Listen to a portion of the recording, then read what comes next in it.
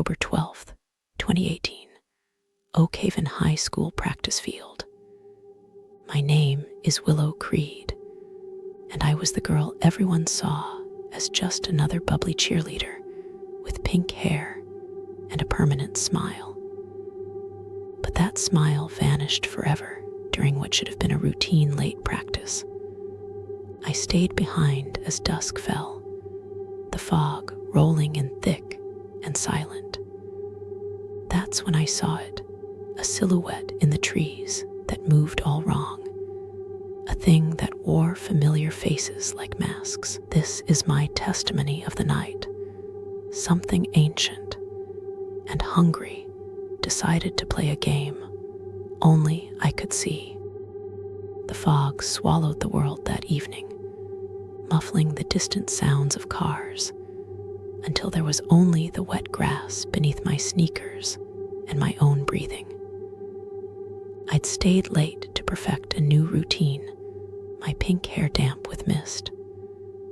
That's when I first saw movement at the tree line, a tall, spindly shape that resolved into what I thought was Mr. Henderson, our groundskeeper. I waved, but he didn't wave back. He just stood there, perfectly still, his head cocked at an angle no human neck could manage.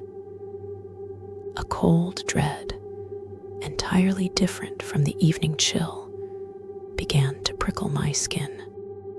I called out, "Mr. Henderson, is everything okay?" The figure took a step forward, but its gait was wrong, a stilted, jerky motion, like a puppet learning to walk. It was then I noticed its face. It was Mr. Henderson's face, but the smile was stretched too wide, showing too many teeth. Its eyes were flat and black, like polished stones. "You dropped these," it said, its voice a perfect mimic of the old man's, but layered with a dry, rustling sound. It held out a hand, and in its palm were my lost hair ties. I hadn't even realized I'd lost them. My heart hammered against my ribs. I took a stumbling step back, my cheerleading pom-poms falling from my numb fingers into the dewy grass. "You're not him," I whispered. The thing's smile widened impossibly further, splitting the skin at the corners of its mouth.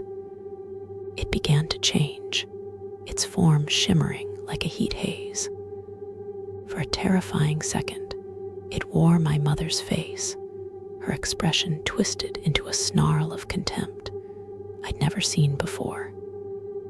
"Willow," it crooned in her voice, "why are you always such a disappointment?" The words cut deeper than any physical blow ever could.